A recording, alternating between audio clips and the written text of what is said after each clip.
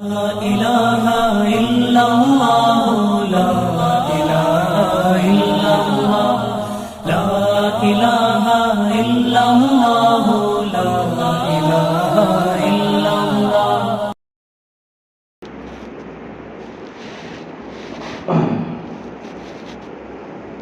السلام عليكم ورحمة الله وبركاته. الحمد لله نحمده ونستعينه ونستغفره ونؤمن به ونتوكل عليه ونعوذ بالله من شرور أنفسنا ومن سيئات أعمالنا. من يهده الله فلا مضل له ومن يضلله فلا هادي له. ونشهد أن لا إله إلا الله وحده لا شريك له. ونشهد أن سيدنا ومولانا محمدا عبده ورسوله صلى الله عليه وعلى آله وأصحابه وبارك وسلم تسليما كثيرا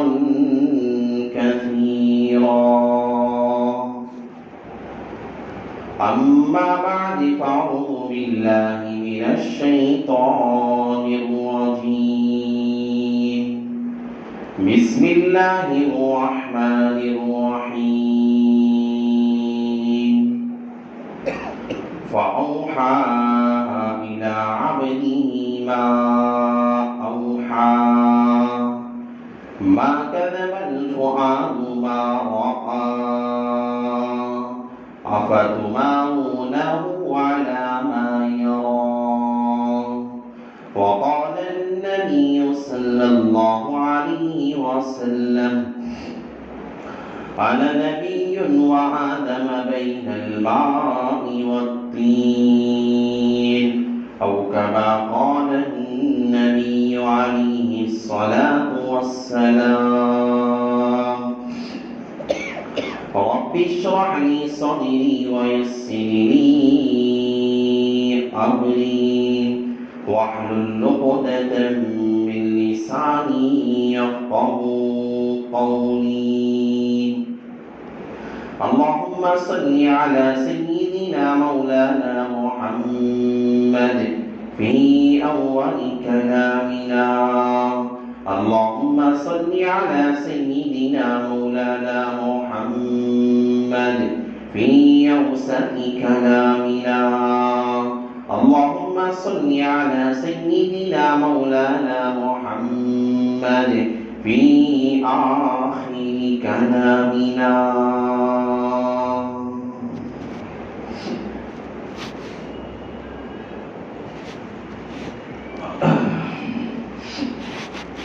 معزز سامعین کرام اور میرے غیور نوجوانوں، بزرگوں اور دوستوں،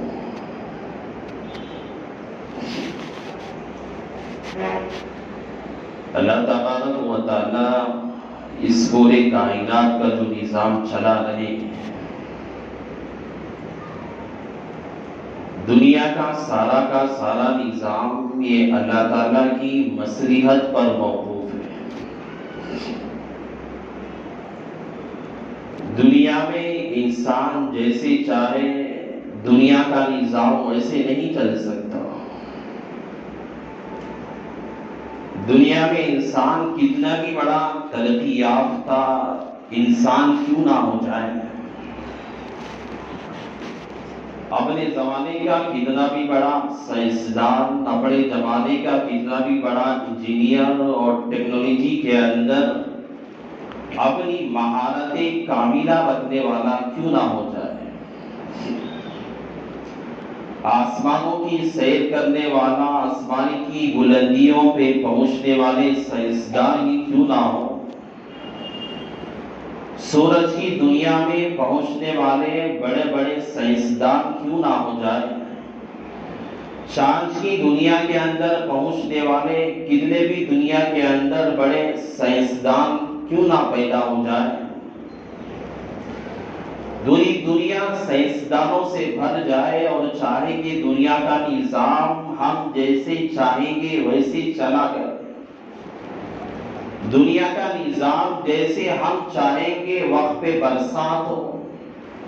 جب ہم چاہیں فلاں موسم کے اندر موسم بہار آئے، فلاں مہینے کے اندر گرمی کا موسم آئے، فلاں مہینے کے اندر فلاں اناج پیدا ہو،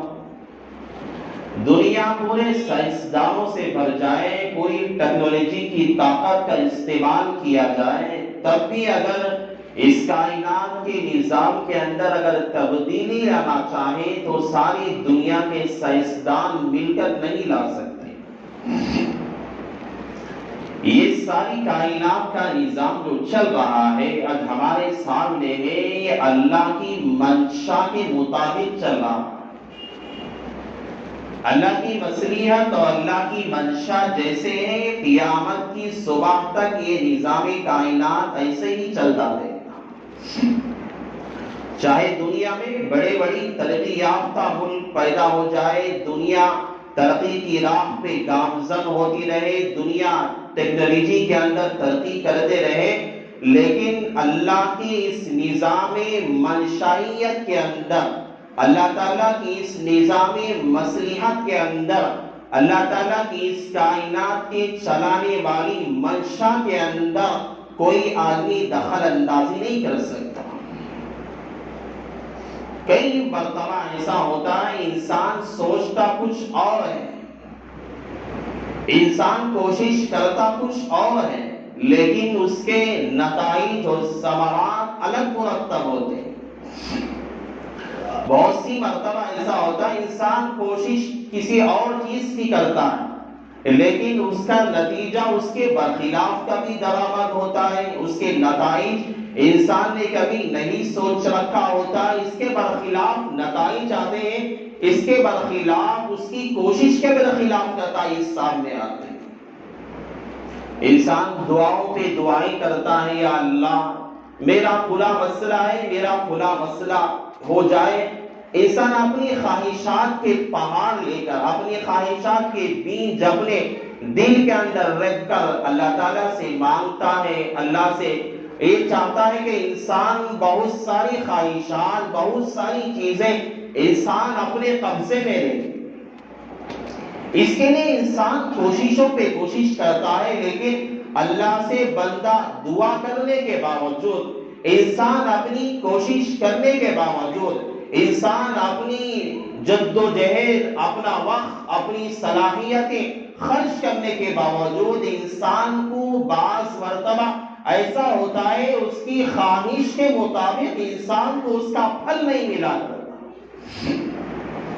بعض مرتبہ ایسا ہوتا ہے انسان اس چیز کی طلب میں راتوں میں روتا ہے اور اس چیز کی طلب میں اللہ سے اپنا من، اپنا دل لگائے رکھتا ہے، بعض مرتبہ ایسا ہوتا ہے انسان کے چاہنے پر وہ کام نہیں ہوتا، انسان کے چاہنے پہ وہ چیزیں انسان کو میسر نہیں ہوتی، انسان کے چاہنے پر، انسان کی کوششیں کرنے پر بھی وہ چیزیں میسر نہیں ہوتی۔ اللہ کے نبی علیہ السلام فرماتے ہیں جب بندہ خدا سے مانگتا ہے اور کوششیں بھی کرتا ہے، اللہ سے اپنا من، اپنا قلب اور اللہ سے توجہ بھی رکھ کے مانگتا ہے، اور مانگنے کے باوجود اللہ کے سامنے اپنی کوشش، اپنی جدوجہد رکھ کر اللہ سے التجا کرنے کے باوجود، مناجات کرنے کے باوجود کوئی ثمرہ، کوئی کامیابی اور کوئی پھل انسان کو نہیں مل رہا ہے، اللہ کے نبی علیہ السلام کہتے ہیں کہ اس کے اندر اللہ کی مصلحت چھپی ہوئی ہے، جو انسان کے لیے جو چیز بہتر اور خیر اور بھلائی کی ہے، انسان کو اللہ وہ چیز عطا کرتا ہے اپنی منشا کے مطابق۔ انسان کی جیسی سوچ ہے اگر دنیا کا نظام اگر ایسا چلنا ہوتا، یہ دنیا کا نظام درہم برابر ہو جاتا، ختم ہو جاتا. لیکن اللہ تعالیٰ نے یہ نظام کائنات کو جو بنایا ہے، اللہ نے اپنی منشا پہ رکھا ہے، اپنی مصلحت پہ رکھا ہے. ہر بندہ، ہر انسان کی زندگی پہ جو کارگزاریاں آتی ہے، انسان کی راہ کی جو کوششیں ہیں اور انسان کس راستے پہ چل رہا ہے، اسے خوشیاں دینا، غموں کے پہاڑ کا دینا، انسان پہ حالات کا آنا، انسان بڑے بڑی مسائل کے اندر گھر جانا، انسان بڑی بڑی قرضداریوں کے اندر پڑ جانا اور انسان کے اندر بیماری کے اندر پھنس جانا، یہ سب میرے رب کی منشا میں مضمر ہے. میری رب کی منشا میں اور میرے رب کی منشا کے اندر یہ چیزیں چھپی ہوئی ہے. میرے چاہنے پر، آپ کے چاہنے پر، میری کوشش کے کرنے پر، پوری کائنات کے انسان اور ٹیکنالوجی اور سائنسدانوں کے ترقی یافتہ ممالک کے کوشش کے کرنے پر یہ کائنات کے اندر نظام میں تبدیلی میرے رب کی منشا کے اندر نہیں کر سکتے. یہ اللہ تعالیٰ کی منشا اور مصلحت پہ مضمر ہے. یہ اللہ کے نبی علیہ السلام کی جو معراج کے واقعے کے اندر ایک بات حضرت ابراہیم علیہ السلام نے امت کو سکھائی تھی اور امت کے لیے سلام دیا اور امت کے لیے پیغام دیا. یہ دنیا کی زندگی اللہ کی منشا پہ مضمر ہے، اللہ کی مصلحت پہ مضمر ہے، چھپی ہوئی ہے. انسان جب دنیا میں رہے اپنی زندگی کو غنیمت سمجھے اور جہاں تک ہو سکے اپنے لمحات کو حضرت ابراہیم علیہ السلام نے کہا کہ صحیح راہ پہ گزارا کرے. ایک بات میں نے سمجھائی تھی، انسان دنیا میں بس ایک سبحان اللہ کہتا ہے. حدیث میں حضرت ابراہیم علیہ السلام نے کہا کہ اپنی امت کو یہ پیغام سنا دو کہ جنت یہ چٹیل میدان ہے اور جنت کا پانی بہت میٹھا ہے اور جنت کے اندر اگر انسان اپنے جنت کو سنوارنا چاہتا ہے دنیا میں اعمال کثرت سے کیا کرے. حضرت صحابہ کا اپنے اعمال پہ اتنا زیادہ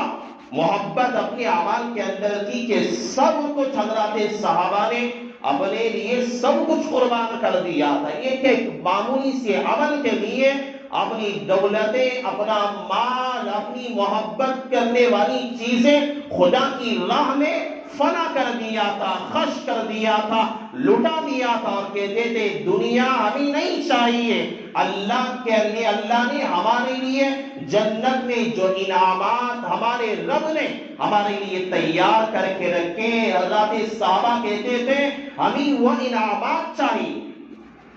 ایک صحابی تھے حضرت ابو دحدہ رضی اللہ تعالی، ایک صحابی ہے، یہ اپنی مجبوری، اپنی کم دستی اور کے اندر اللہ کے نبی علیہ السلام کے پاس آئے. اللہ کے نبی علیہ السلام سے کہا کہ یا رسول اللہ صلی اللہ علیہ وسلم، میں اپنے باغ میرا جو ہے میں اسے اپنے باغ کا حصار کر رہا ہوں، میں اس کا کمپاؤنڈ بنا رہا ہوں، لیکن میں اپنے باغ کی حفاظت کے لیے جو میں پورے میرا باغ کا جو میں کمپاؤنڈ بنا رہا ہوں، اس کمپاؤنڈ کے درمیان میں ایک درخت ہے جو کسی یتیم کا درخت ہے، کسی یتیم انسان کا درخت ہے. اگر میں کمپاؤنڈ اپنے باغ کی حفاظت کے لیے بناؤں گا تو اس درخت کو کاٹنا پڑے گا، اس درخت کو وہاں سے ختم کرنا پڑے گا. یا رسول اللہ صلی اللہ علیہ وسلم، میں اس اپنے پاس والے پڑوس کے باغ والے کے پاس میں گیا ہوا تھا، جس کی ملکیت میں جس کا جو درخت ہے میں اس کے پاس گیا ہوا تھا، لیکن اس نے اس درخت کے بیچنے سے انکار کر دیا اور اس درخت کو وہاں سے ختم کرنے سے، کاٹنے سے اور اس جگہ سے ہٹا دینے سے مجھے روک دیا ہے، منع کر دیا. یا رسول اللہ، آپ ہی بلا کے اسے سمجھا دیجئے کہ یہ میری جگہ سے وہ ختم کرے یا بیچ دے. ایک صحابی کا یہ واقعہ ہے جو صحابی یتیم تھے. اللہ کے رسول علیہ السلام نے اس باغ کے مالک کو بلایا جس کا یہ درخت تھا، جس کا وہ مالک تھا درخت کا. اور صحابی آئے، اللہ کے رسول علیہ السلام نے صحابی کو سمجھایا کہ بھائی یہ آدمی جس کا باغ ہے یہ بڑا اپنی جگہ بڑا ضرورت مند انسان ہے، بڑے تقاضے اس کے پیچھے لگے ہوئے ہیں اور یہ چاہتا ہے کہ اپنی باغ کی حفاظت کرنا چاہتا ہے. اسے ایک کمپاؤنڈ تیار کر رہا ہے اور اس کمپاؤنڈ کی تیاری کے درمیان تیرا درخت لگ رہا ہے اور یہ چاہتا ہے کہ اس درخت کو چاہے تو اپنے درخت کو بیچ دے، قیمت اس کی لے لے، یا چاہے تو اللہ کے لیے اسے ہبہ کر دے، عطیہ کر دے. اللہ کے رسول علیہ السلام نے اس صحابی سے کہا کہ اگر تو دنیا کے اندر یہ درخت اگر دے دے گا چاہے قیمت کے بدلے میں دے دے، لیکن صحابی سے کہا کہ کل قیامت کے دن جنت میں تجھے ایک درخت دلواؤں گا. لیکن اس صحابی نے نہیں سنا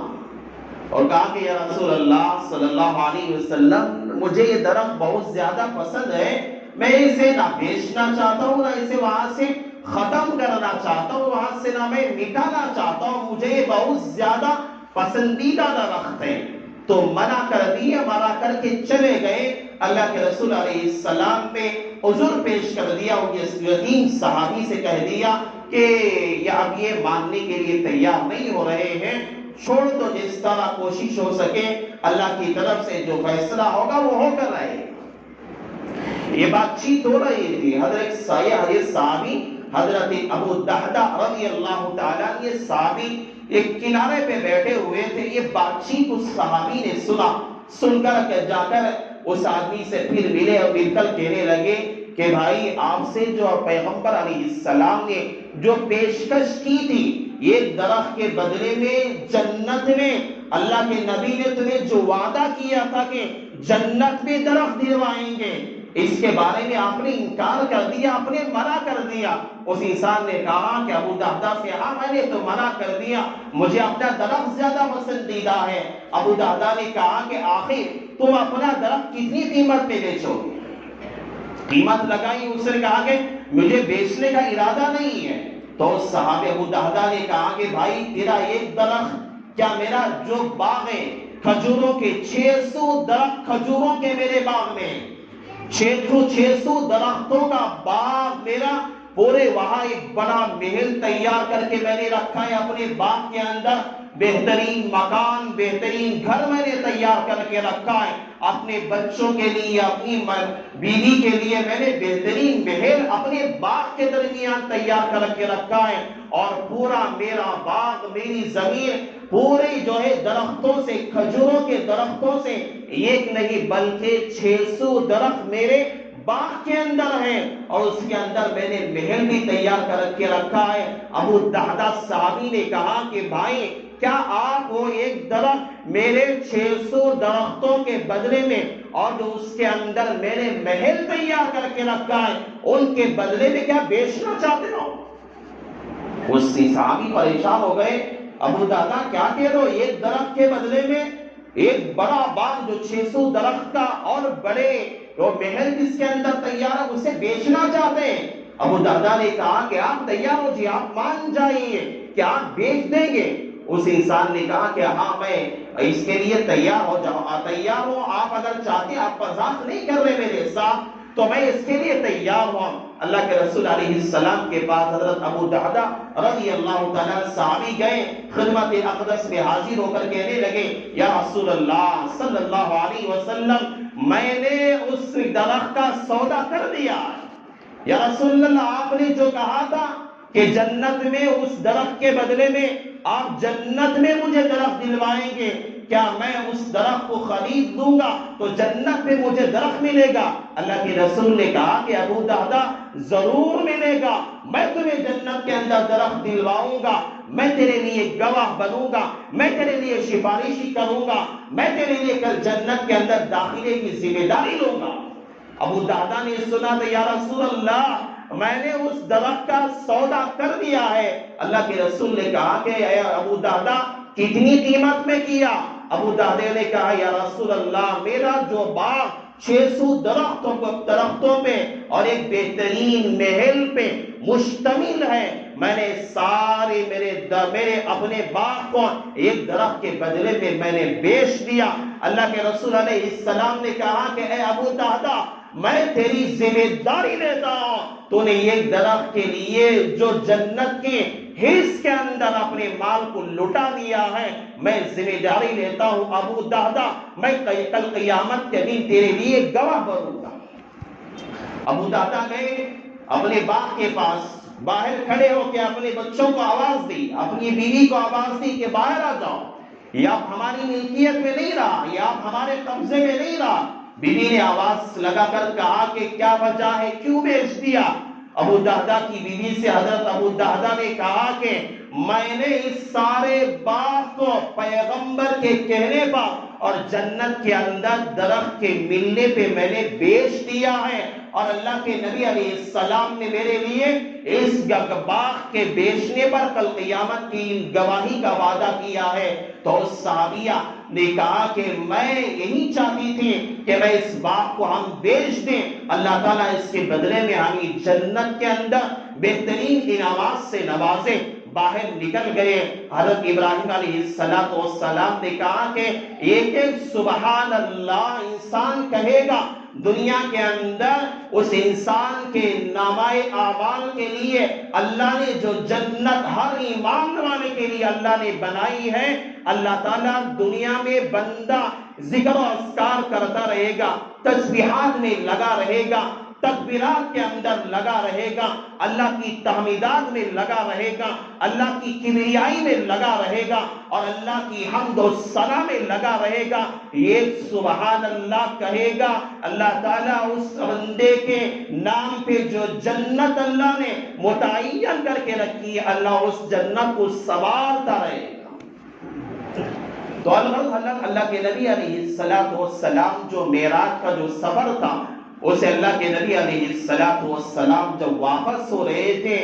واپسی پہ میں نے کہا تھا کہ اللہ نے انعام اور تحفے کے طور پہ اللہ نے نماز کا تحفہ دے کر بھیجا۔ دیکھیے میں نے شروع میں ہی سمجھایا تھا، ہر چیز اللہ کی منشا پہ مصبر ہوتی ہے، اللہ کی مصلحت پہ مصبر ہوتی ہے۔ اللہ نے 50 نمازیں دی لیکن متعین 5 ہی نمازیں تھیں، اللہ کی مصلحت میں 5 ہی نمازیں تھیں، لیکن اللہ نے ایک طریقہ 50 سے 5 دیا، اور اللہ اس امت کو انعامات، اس امت کی اللہ فضیلت بیان کرنا چاہتا ہے۔ اللہ وقت ہو رہا ہے، اللہ کے نبی علیہ السلام آئے، اور یہ سفر ہونے کے بعد اللہ کے نبی علیہ السلام جب جو ہے بیت المقدس میں پہنچے، پھر وہاں سے نکل کر مکہ المکرمہ کی سرزمین پہ پہنچے، رات کا وقت تھا، اور یہ وقت ایسا تھا اللہ کے نبی علیہ السلام جیسے گئے، جس طرح ایک پانی کا پیالہ اور گلاس اللہ کے نبی نے رکھ کے گئے ہوئے تھے، اور یہ پورا سفر بیت المقدس تک گئے، وہاں امامت کی، وہاں سے 7 آسمانوں کی سیر، جنت اور جہنم کے نظارے، سدرۃ المنتہا، پھر وہاں سے بیت المعمور، وہاں سے عرش معلیٰ پہ پہنچے، وہاں انعامات، اتنا لمبا سفر کر کے آئے، اور آنے کے بعد دیکھتے ہیں جو پانی کا پیالہ پیغمبر نے رکھا تھا وہ ویسے ہی کا ویسے ہی ہے۔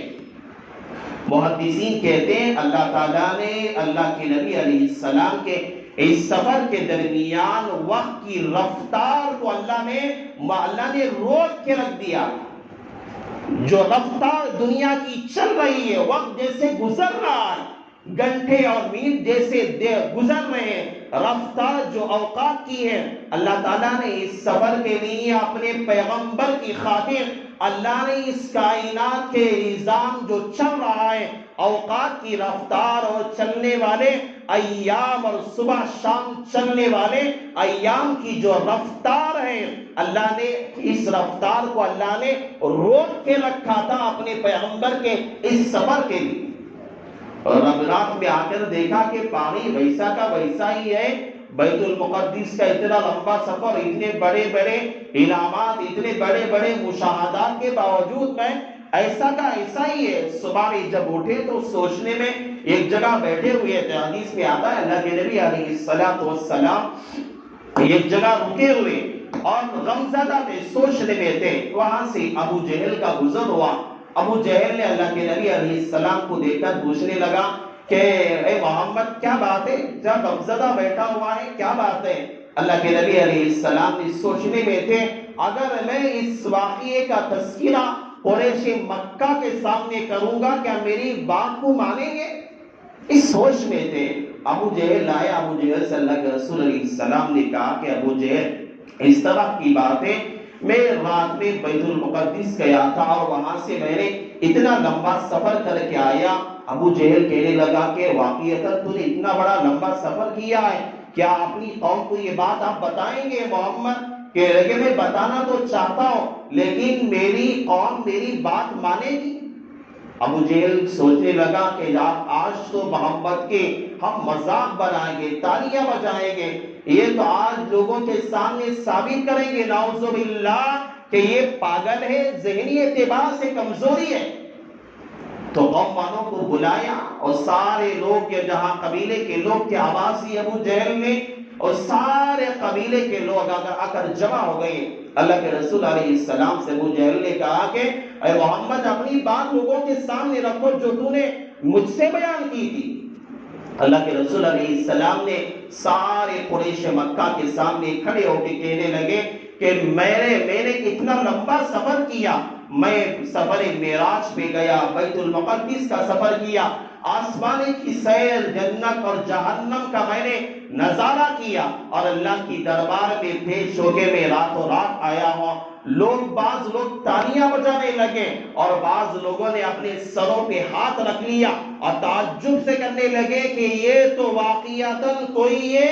اپنی دماغی اعتبار سے نعوذ باللہ کمزور اور پاگل انسان ہے۔ ارے پوری رات میں بیت المقدس فلسطین کا اتنا لمبا سفر جو مہینے ہو جاتے ہیں، ایک رات میں اتنا لمبا سفر اور اس پر بھی آسمانوں کی سیر کیسے ہو سکتا ہے؟ سارے قریش مکہ نے انکار کر دیا اور کہنے لگے تو یہ اپنی جگہ تو یہ آدمی شاید کہ پاگل نظر آتا ہے، نعوذ باللہ، انکار کر دیا۔ لیکن لوگ کہنے لگے کہ ہاں اگر آپ جو ہے فلسطین کی بات کرتے ہیں، آپ بیت المقدس میں جانے کی بات کرتے ہیں، قریش مکہ میں بہت سارے ایسے لوگ تھے جو بیت المقدس کا سفر کیے ہوئے تھے، جو فلسطین کو جا کر آئے ہوئے تھے، ان لوگوں نے کہا کہ ہم آپ کا امتحان لیں گے، آپ سے بیت المقدس کے بارے میں سوالات پوچھیں گے، اس کے بارے میں علامات پوچھیں گے، ہمیں معلوم ہو جائے گا آپ سچ کہہ رہے ہیں یا اپنی بات کے اندر جھوٹے۔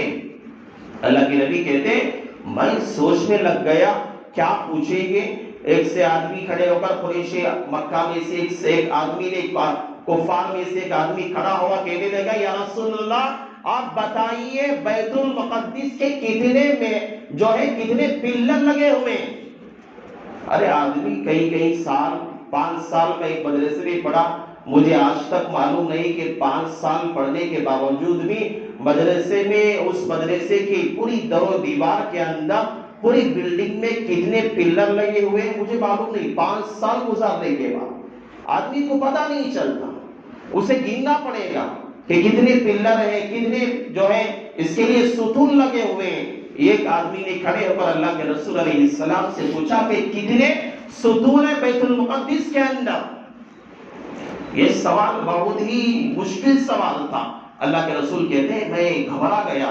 سوچ میں تھا یہ جواب کیسے دوں گا، لیکن اللہ تعالیٰ نے میرے درمیان اور بیت المقدس کے درمیان جو پردے حائل تھے، جو درمیان میں پردے تھے، اللہ تعالیٰ نے سارے پردوں کو اللہ نے ختم کر دیا، سارے پردے ہٹ گئے اور ایسا لگ رہا تھا کہ بیت المقدس میرے سامنے اب ایسے دیکھ رہا ہوں اور میں نے میرے آنکھوں کے سامنے ہے اور میں نے سارے ستونوں کو دیکھا اور میں نے اس کے جواب دیا کہ بیت المقدس کے اندر اتنے ستون موجود ہیں۔ کسی نے پوچھا کتنے دروازے ہیں؟ میں اللہ کے نبی کہتے ہیں میرے رب نے میرے اوپر یہ مہربانی کی اور مجھ پہ یہ احسان کیا، میرے رب نے کہ میرے سامنے سارے دروازے تھے، میں نے اس کا جواب دے دیا۔ کسی نے پوچھا کتنی کھڑکیاں ہیں، کتنے جو ایک کھڑکیاں لگی ہوئی ہیں، میں ایسا جواب دے رہا تھا، لوگ مجھ سے پوچھ رہے تھے اور اللہ میرے سامنے وہ پردے ہٹا رہا تھا، میں ہر بات کا جواب دے رہا تھا۔ وہ سارے لوگ پریشان ہو گئے تو مغیرہ ولید بن مغیرہ کہنے لگا کہ واقعاتاً یہ کوئی جادوگر ہے۔ سارے لوگوں نے کہا مل کر ہے ولید بن مغیرہ تو صحیح کہتا ہے، یہ کوئی جادوگر ہے جو ہر بار باریکی کی بات کا جواب بھی دے رہے ہیں۔ یہ پریشان ہو گئے اور سارے لوگ مل کر حضرت ابوبکر صدیق رضی اللہ تعالیٰ کے پاس گئے، جو اللہ کے نبی پہ ایمان لانے والے بڑے لوگوں میں سے سب سے پہلے صحابی تھے، اللہ کے رسول علیہ السلام کا ہمیشہ ساتھ دینے والے، ہر بات کی تصدیق کرنے والے حضرت ابوبکر تھے۔ کفار مکہ حضرت ابوبکر کے پاس گئے اور کہنے لگے کہ اے ابوبکر، کیا تو اس بات کو مانتا ہے کہ کوئی آدمی ہے جو رشتہ رات و رات میں بیت المقدس کا سفر کرتا ہے اور ایک کہتا ہے کہ اس نے پورے آسمانوں کی سیر کی، فنا جنت اور جہنم کا نظارہ کیا، پھر راتوں رات واپس آ جاتا ہے، کیا اس بات کی تو تصدیق کرتا ہے؟ حدیث میں آتا ہے کہ اس زمانے کے اندر جو اللہ کے نبی پہ ایمان لانے والے جتنے ایمان والے تھے تذبذب میں آ گئے تھے، ارے ایک رات میں اتنا لمبا سفر کیسے ہو سکتا ہے؟ تذبذب میں آ گئے تھے، شک میں پڑ گئے تھے۔ لیکن ابو بکر کے بارے میں آتا ہے، ابو بکر نے جیسے ہی سنا، یہ بھی ایک مرتبہ حدیث میں آتا ہے، ایک مرتبہ تھوڑا تذبذب میں آئے اور پھر کفار مکہ سوچنے لگے اگر ابو بکر ہماری باتوں میں آ گیا، ہماری بات مان لیا اور اس سفر کو اس نے جھوٹا سمجھ لیا، انکار کر دیا، تو محمد صلی اللہ علیہ وسلم کا کوئی ساتھ دینے والا اور ان کے سر پہ ہاتھ رکھنے والا کوئی نہیں ہوگا،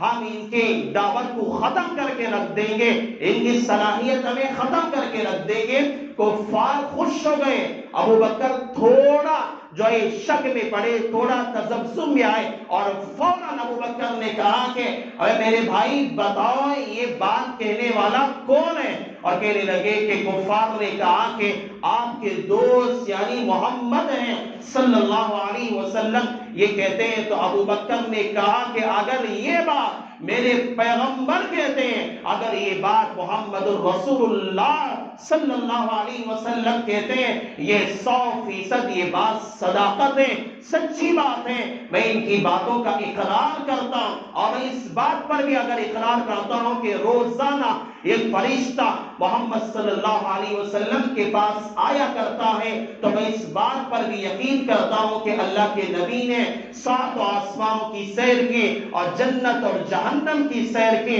میں اس بات کو مانا کرتا ہوں۔ تو سارے کفار مکہ کے چہرے پھیکے پڑ گئے اور اللہ تعالیٰ نے حضرت ابو بکر کو صدیق کا لقب عطا فرمایا۔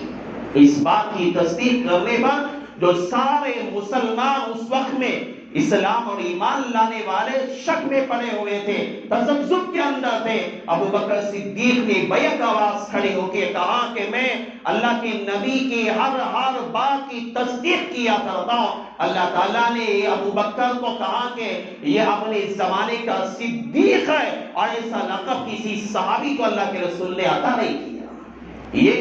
یہ لقب حضرت ابو بکر صدیق کو اس معراج کی تصدیق کے کرنے پہ اللہ کے نبی نے عطا فرمایا اور یہ جسمانی تھی۔ حدیث کے اندر آتا ہے کہ بس کچھ تابعین ہیں، 2-3 صحابہ ہیں، انہوں نے بس کہا کہ روحانی سفر تھا، لیکن بقیہ سارے صحابہ، تابعین، اکابرین، علماء سارے یہی کہتے ہیں اللہ تعالیٰ نے اللہ کے نبی کو یہ جو سفر کیا یہ جسمانی تھا، روحانی اور باقی خواب کا سفر نہیں تھا بلکہ جسمانی سفر تھا۔ اللہ کے نبی علیہ السلام کے لیے اللہ نے دنیا کی رفتار کو روک کر اللہ کے نبی کو یہ سفر کروایا تھا۔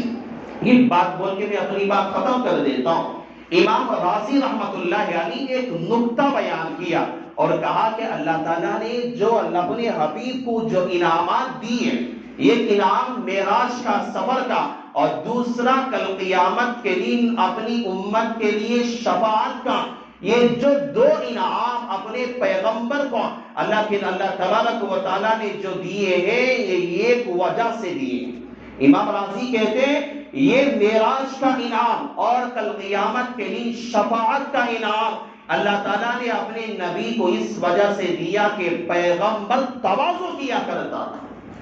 پیغمبر کے اندر عاجزی تھی، پیغمبر لوگوں کے سامنے جب ملا کرتے تھے اپنے آپ کو چھوٹا سمجھا کرتے تھے، اپنے آپ کو گرایا کرتے تھے، اور اپنے آپ میں گھمنڈ اور تکبر اور غرور کے اندر نہیں رہتے تھے۔ اور وقت کا امام الانبیاء، سید المرسلین، ساقی کوثر، شافی محشر جیسا نبی اور رسول، اللہ نے جسے پوری کائنات اللہ نے جس کے صدقے میں بنایا، ایسا پیغمبر کسی انسان سے بھی ملتا تھا تواضع کے ساتھ، انکساری کے ساتھ، عاجزی کے ساتھ، اپنے آپ کو چھوٹا بنا کر۔ امام راضی کہتے ہیں اللہ تعالیٰ نے معراج کا اتنا بڑا سفر اور اپنی دیدار جو اللہ نے کروائی ہے، یہ اللہ کے نبی کی عاجزی اور انکساری کے کرنے پہ اللہ تعالیٰ نے یہ انعام عطا کیا ہے۔ ہمیں بھی یہ چاہیے کہ اللہ تعالیٰ کے سامنے اور مخلوق کے سامنے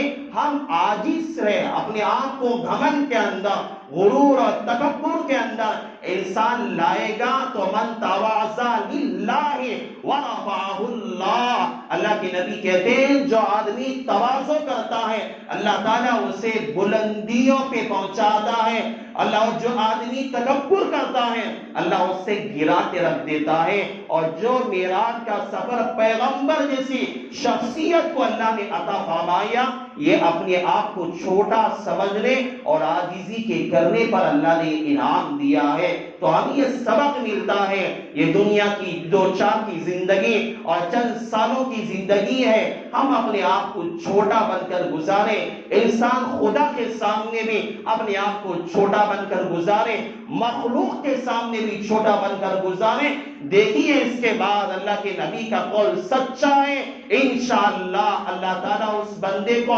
دنیا میں بھی رفعتیں، بلندیاں عطا کرے گا، آخرت کے اندر بھی اللہ بلندی اور رفعتوں پہ اللہ پہنچائے گا۔ یہ اللہ کے نبی کا قول، اللہ کے نبی کی بات ہے جو اللہ تعالیٰ نے اپنے حبیب کے اندر یہ نعمت اور یہ بات کے پائے جانے پر اتنی بڑے انعامات سے نوازا ہے۔ اگر ہم کریں گے، اس چیز پہ عمل کریں گے، عاجزی اپنائیں گے، تواضع کریں گے، اپنے آپ کو گرا کے چلیں گے، اپنے آپ کو چھوٹا سمجھ کے چلیں گے، انشاءاللہ اللہ تعالیٰ بھی ہماری زندگیوں میں ایک انقلاب، کامیابی کی راہ لائے گے۔ اللہ سے بھی دعا کرتا ہوں اللہ تعالیٰ نے جو باتیں اللہ نے مجھ سے کہلوائی ہے، اللہ تعالیٰ سب سے پہلے اللہ مجھے عمل کی توفیق نصیب فرمائے، اللہ تمام لوگوں کو بھی عمل کی توفیق نصیب فرمائے۔ بس انہی کلمات پر اپنی بات کا اختتام کرتا ہوں۔ آمین وآخر الدعوانا الحمدللہ رب العالمین۔